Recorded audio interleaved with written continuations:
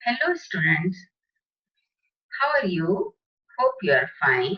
Students, today we are going to do worksheet number 17, subject English, class 8.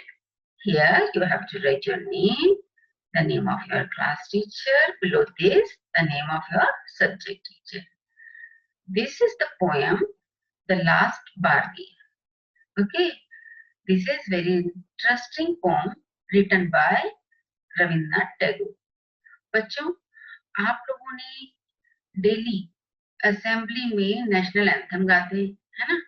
National anthem यानी जनगण मन। तो आपको पता है जनगण मन किसने लिखा है? ये रविन्द्रनाथ टैगोर जी ने ही लिखा है। तो ना केवल इन्होंने इंडिया के लिए नेशनल एंथम लिखा, बल्कि इन्होंने बांग्लादेश के लिए भी नेशनल एंथम लिखा है। जिस तरह से हम नेशनल एंथम गाते हैं जनगण मन, उसी तरह से बांग्लादेश के लिए बांग्ला में इन्होंने नेशनल एंथम लिखा है, जिसे हम बोलते हैं अमर सोनार बांग्ला।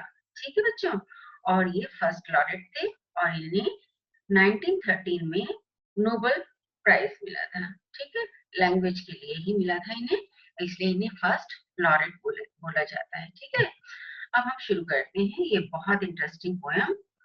कौन सी? The last bargain. ठीक है, देखते हैं इस पोएम में रविन्द्रनाथ टैगोर जी ने क्या बोला है। Come and hire me, I cried while in the morning I was walking on the stone-paved road, sword in hand, the king came in his chariot. He held my hand and said, I will hire you with my power, but his power counted for naught, and he went away in his chariot. तो बच्चों यहाँ पर देखिए, यहाँ पर जो speaker है यानी रविन्द्रनाथ टैगोर जी हैं, वो क्या कह रहे हैं?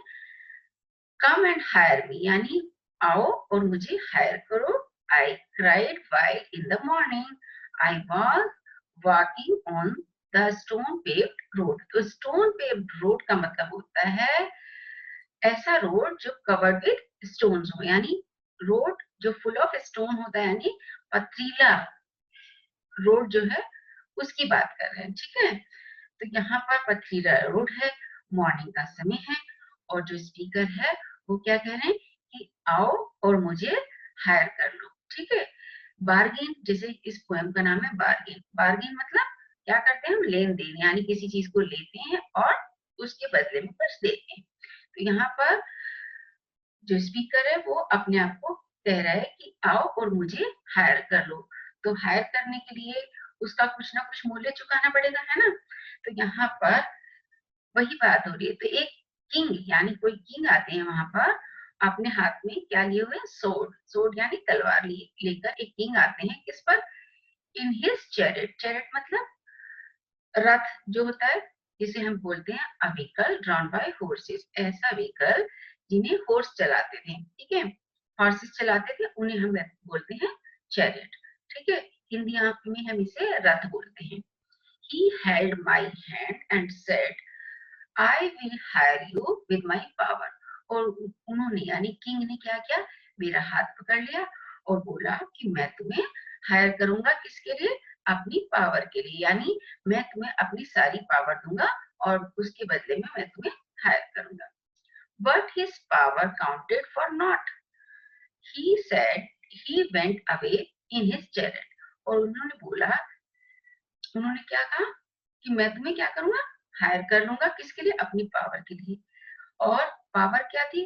पावर काउंटेड फॉर नॉट का मतलब, नॉट मीन्स नथिंग, यानी पावर कैसी थी? नथिंग, यानी पावर का बहुत ज्यादा समय तक चलने वाली नहीं थी, लास्ट लॉन्ग नहीं थी। ठीक है, counted for nothing means unimportant, जो बहुत इंपॉर्टेंट नहीं थी, यानी पावर स्पीकर के लिए ज्यादा इंपॉर्टेंट नहीं थी, क्योंकि पावर जो है वो हमेशा रहने वाली नहीं होती है। ठीक है, and he went away in his chariot. और जो किंग था वो अपनी चैरिट में वापस चले गए, यानी रथ में ही बैठकर वापस चले गए।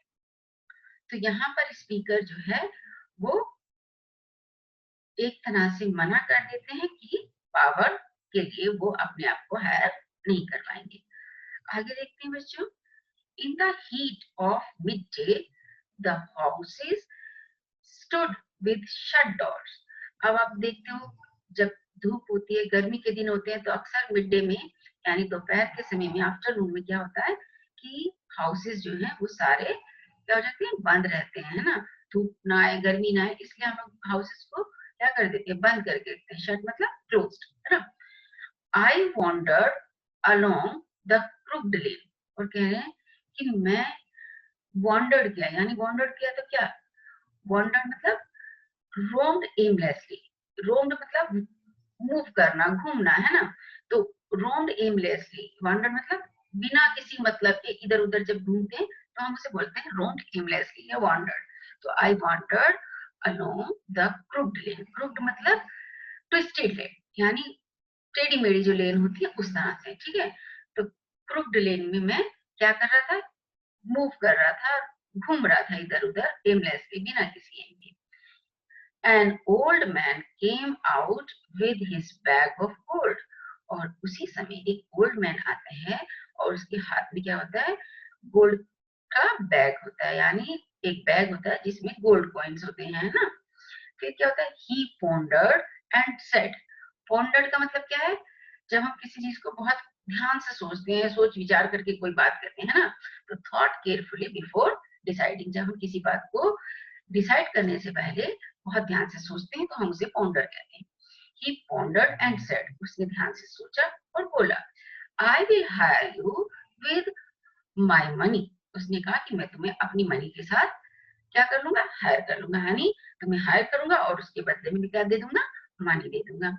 He weighted his coins one by one, but I turned away। तो स्पीकर कहते हैं कि उसने अपनी मनी को तोड़ना शुरू किया, है ना। वेटेड मतलब तोड़ना शुरू किया, और एक के बाद एक कॉइन वो तराजू में डालते जाते हैं। लेकिन मैंने क्या कर दिया, स्पीकर ने क्या कर दिया, I turn away. Turn away का मतलब होता है बच्चों मना कर देना, रिजेक्ट कर देना, डिक्लाइन कर देना, या हम कह सकते हैं ठुकरा देना, ठीक है। तो उन्होंने क्या किया, स्पीकर ने उनके ऑफर को ठुकरा दिया, रिजेक्ट कर दिया कि नहीं, मैं क्या है मनी के लिए अपने आप को हायर नहीं करवाऊंगा। तो उन्होंने उनका मनी वाला ऑफर भी क्या कर दिया, रिजेक्ट कर दिया।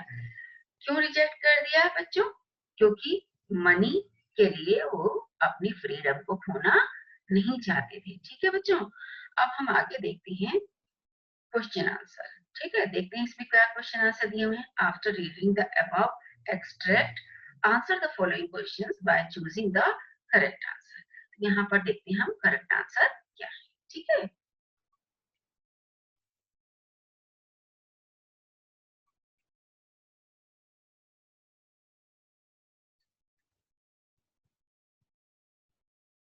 द किंग सोड सजेस्ट, किंग की सोड क्या सजेस्ट करती है, जाहिर सी बात है पावर को सजेस्ट करती है ना, तो इसका आंसर होगा पावर।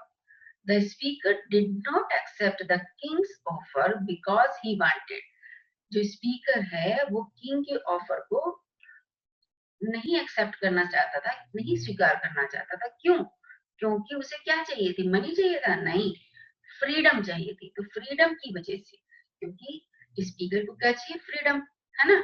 तो फ्रीडम की वजह से उसने क्या किया, किंग के ऑफर को रिजेक्ट कर दिया, ठीक है। आगे देखते हैं, what do you understand by the word not. Not का क्या मीनिंग है, अभी हम लोगों ने किया पैसेज में, not means nothing. Why were the houses shut, houses क्यों शट थे, यानी हाउसेस क्लोज क्यों थे, क्योंकि अभी हम लोगों ने पैसेज में पढ़ा, houses were shut because it was very hot outside, क्योंकि बाहर बहुत गर्मी थी, इसलिए हाउसेस क्या थे, बंद थे, क्लोज थे, ठीक है। Which word in the poem means thought deeply। तो कौन सा वर्ड ऐसा है जो पोम में जिसका मीनिंग है thought deeply, यानी हम लोगों ने क्या था, ponder, ponder मतलब think या thought carefully before deciding, यानी thought deeply, है ना। तो इसमें pondered इसका आंसर। अगला है, what did the speaker do when the old man weighted his coins one by one। He turned away। तो क्या कर दिया उसने, ही टर्न अवे, उसने क्या किया, ऑफर को ठुकरा दिया। ठीक है बच्चों, अब मुझे लगता है आपको ये फॉर्म समझ में आ गई होगी। ठीक है, अपना ख्याल रखिए और सोशल डिस्टेंसिंग का ख्याल रखिए, हैंड वॉश करते रहिए। ओके बच्चों, थैंक यू।